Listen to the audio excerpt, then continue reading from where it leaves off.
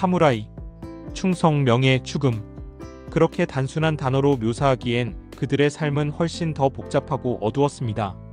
우리는 흔히 사무라이를 정의로운 무사, 강인한 정신의 전사로 기억하지만 실제 그들의 세계는 신념과 정치, 야망과 굴욕이 교차하는 복합적인 전장이었습니다.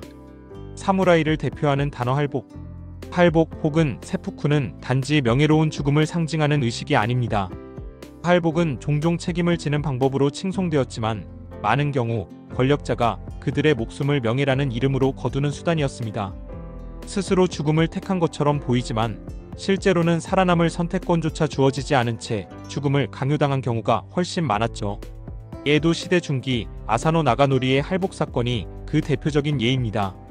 고위 관리 기라 요시히사에게 모욕을 당한 그는 쇼군 앞에서 칼을 뽑았고 그 죄로 단 하루 만에 할복을 명령받습니다. 살인을 저지른 것도 아니었고 감정의 폭발이었지만 에도 막부는 질서 유지를 위한 본보기로 그의 목숨을 베었습니다. 그리고 그 충직한 가신 47인의 복수, 이른바 주신구라 사건이 이어지죠. 2년간 복수를 준비해 기라를 처단한 이들은 스스로 할복을 택하며 사무라이 충성의 상징으로 남았지만 이 또한 철저히 정치적으로 소비된 이야기였습니다. 한편 사무라이의 전설을 말할 때 빠질 수 없는 인물이 있습니다. 전국시대를 평정한 도쿠가와 이에야스의 충신 혼다 타다카츠. 그는 57번의 전투에 참가해 단 한 번도 패하거나 큰 부상을 입지 않은 전설의 무장이었습니다. 그의 창 토네이도는 잠자리조차 반으로 가른다에서 붙여진 이름. 적들은 그를 보면 주춤했고 아군은 그의 출현에 사기가 치솟았죠. 그러나 타다카츠는 마지막 전투 후 이렇게 말합니다. 진짜 무사는 싸우는 자가 아니라 살아남아 신념을 지키는 자다. 그렇게 그는 창을 꺾고 무대에서 사라졌습니다.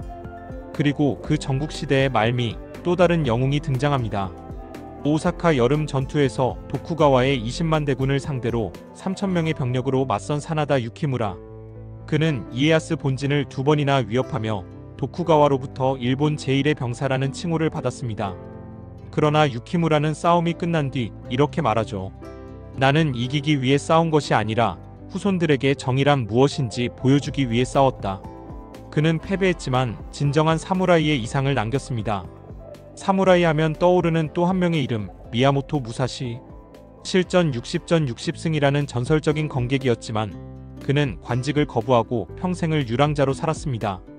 검술뿐 아니라 회화, 조각, 병법에 능했던 그는 오륜서라는 책을 남겼고 지금도 전 세계 전략가와 리더들에게 읽히고 있죠. 놀라운 건 그가 정식 사무라이 계급이 아니었다는 사실. 그 어떤 제도권 무사보다 사무라이 정신을 체현한 인물이 오히려 그 시스템 밖에 있었던 겁니다. 무사시의 가장 유명한 대결 상대 사사키 코지로. 그는 츠바메카이 시제비백이라는 기술로 알려진 검객으로 화려하고 정교한 칼놀림으로 많은 이들을 제압해왔습니다. 두 사람의 대결은 간류섬에서 열렸고 무사시는 일부러 늦게 도착해 코지로를 분노하게 만들었다는 일화가 전해지죠. 그날 무사시는 긴 목검으로 코지로의 이마를 내려쳐 승리합니다. 단 한 번의 타격. 그것은 기술의 대결이 아니라 심리의 전쟁이었습니다. 무사시는 코지로보다 더 빠르지 않았지만 더 침착했고 더 계산적이었습니다. 이 대결은 일본 무도사에서 기술 vs 철학의 상징이 되었고 결국 승자는 검술을 넘어선 신법을 꿰은 무사시였습니다. 사무라이의 세계는 어둠과 빛이 공존합니다. 영웅이자 괴물로 불렸던 오다 노부나가. 그는 불교 세력 홍간지의 저항에 분노해 수천 명의 승려와 민간인을 학살하고 반란을 일으킨 가신의 가족을 끓는 물에 넣는 형벌까지 실행했습니다.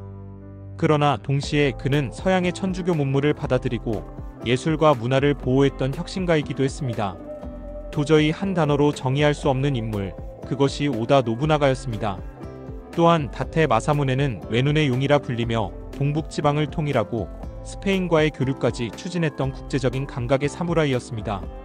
그는 일본 무사 중 최초로 유럽에 외교 사절을 보냈고 기독교와 무역의 가능성을 열어젖히려 했죠. 권력 싸움 속에서도 독립적인 길을 걸으며 자신의 문장을 달과 별로 정한 그는 말 그대로 밤을 지배한 전사였습니다. 이 외에도 수많은 전설적인 무사들이 존재합니다. 예를 들어 사이고 타카모리. 메이지 유신 후 근대화의 반기를 든 마지막 사무라이로 기억되죠. 그는 천황에게 충성을 맹세했지만 신식 군대와 근대 관료제의 회의감을 느끼고 사스마의 옛 무사들과 함께 반란을 일으켰습니다. 결국 전투에서 패해 동굴에 숨어 할복했는데 그 죽음 이후 일본에서는 그를 사무라이 정신의 화신이라 부르며 숭배하기 시작했죠. 그의 이야기는 영화 라스트 사무라이의 모티브가 되었습니다. 사무라이의 몰락은 단순히 시대의 변화 때문만은 아니었습니다. 권력을 유지하기 위해 복종을 강요한 제도, 기술이 아닌 혈통으로 평가된 질서, 그리고 신식무기 앞에서 아무런 힘도 발휘하지 못한 명예의 구조.